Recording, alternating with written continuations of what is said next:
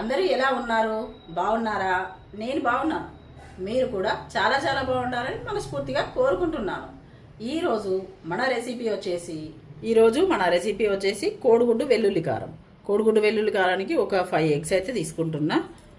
ఈ ఎల్లిపాయలు అయితే తొక్క తీసుకొని పెట్టుకోవాలి. ఇవి రోట్లు వేసుకొని దంచుకోవాలి. దీంట్లో ఈ పెద్ద ఆనియన్ కూడా కట్ చేసుకోవాలి. ఇవి ఉడకబెట్టుకోవాలి. ఫస్ట్ అయితే ఈ ఆనియన్ చిన్నగా, అంటే చాలా చిన్నగా కట్ చేసుకోవాలి. ఇదిగోండి, ఇట్లా కట్ చేసుకోవాలి, చాలా చిన్నగా. ఇది ఇంత చిన్నగా కట్ చేసుకున్నప్పుడే మనకు ఈ కోడిగుడ్డు వెల్లుల్లి కారం చాలా బాగుంటుంది. ఇప్పుడు చిన్న రోలు ఉంది కదా, ఈ చిన్న రోట్లో కొంచెం జీలకర్ర వేసుకొని దంచుకోవాలి.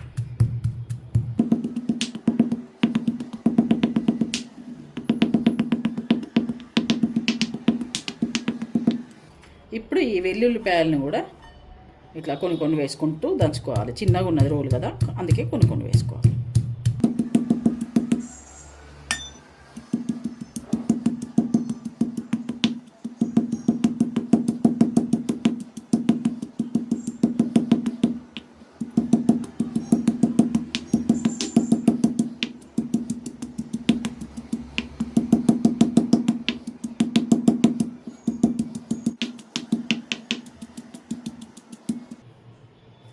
ఇప్పుడు దీంట్లోనే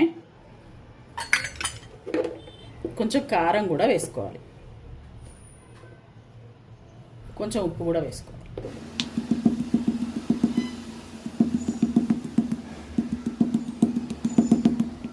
లేదు మీకు ఈ రోల్ లేదనుకుంటే మిక్సీలోనైనా పట్టుకోవచ్చు. ఇవన్నీ వేసి మిక్సీలో పట్టుకున్న బరకగా బాగానే ఉంటుంది. దీని అంతటిని మంచిగా స్పూన్తో ఒక ఈ బౌల్లోకి తీసుకుంటాం.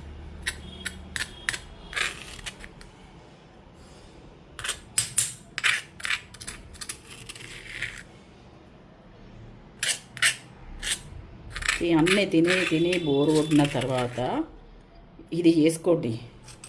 ఇంకా ఏ బిర్యానీలు, ఏ బగారాలు, చికెన్ ఫ్రైలు, మటన్ ఫ్రైలు ఏవి పనికిరావు, అంతా బాగుంటుంది. ఇట్లా ఈ రెండు రెడీ చేసుకొని మంచిగా పక్కన పెట్టుకోవాలి. ఇప్పుడు ఈ కోడిగుడ్లు కూడా ఉడకబెట్టుకొని పొట్టు తీసుకున్నాము.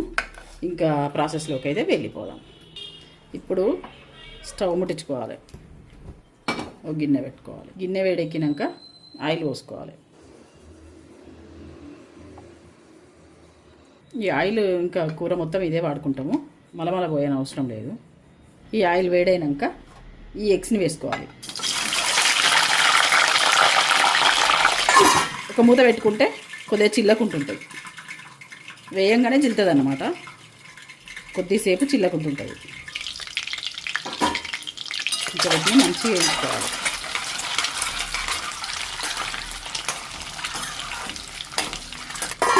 చిన్న మంట మీదనే గోలియాలి. ఇవి చిన్న మంట మీద గోలనిస్తేనే మంచిగా అవుతుంది, టేస్ట్ చాలా బాగా వస్తుంది ఇది.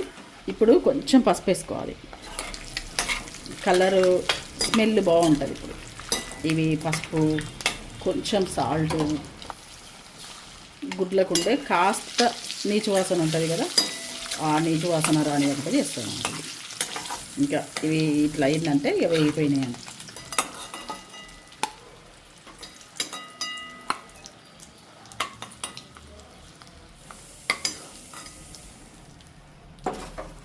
ఎల్లిపాయ కారం ఉన్నది కదా, దాంట్లో వేసుకున్నాము జీలకర్ర.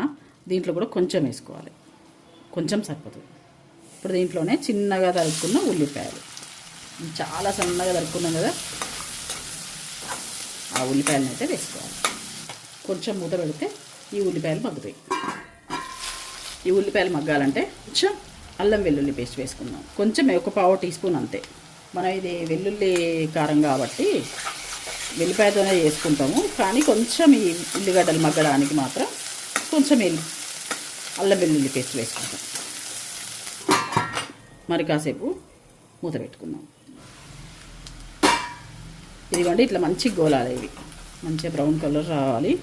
వచ్చిన తర్వాత ఈ మనం ఎల్లిపాయ కారం ఉన్నది కదా, మనం రోట్లో దంచి పెట్టుకున్న ఎల్లిపాయ కారం ఉన్నది కదా, దాన్ని వేసుకోవాలి.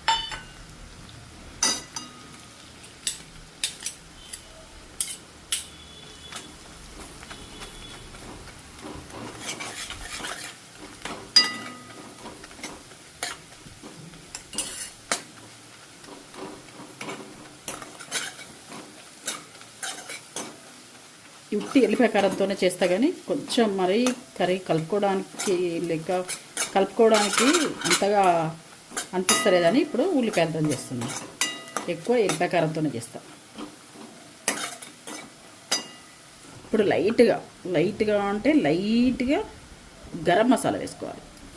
గరం మసాలా వేసుకున్నప్పుడు చాలా బాగుంటుందండి. కొంచెం ఈ మసాలాలన్నీ సెట్ అవ్వడానికి చూడండి ఈ నీళ్ళు వేస్తున్నాయి. కొంచెం మసాలాలు మంచిగా సెట్ అవుతాయి. మంచిగా ఈ కారం ఆ టేస్ట్ అంతా పోయి మంచిగా అవుతుంది. ఇది ఇంకా మంచిగా ఉడికింది కదా, ఇప్పుడు ఈ ఎగ్స్ని వేసుకోవాలి. ఇంకా ఈ కారంలో దీన్ని ఈ వెల్లుల్లి కారం ఉంది కదా, దీనికి మంచిగా కోట్ చేసుకోవాలి.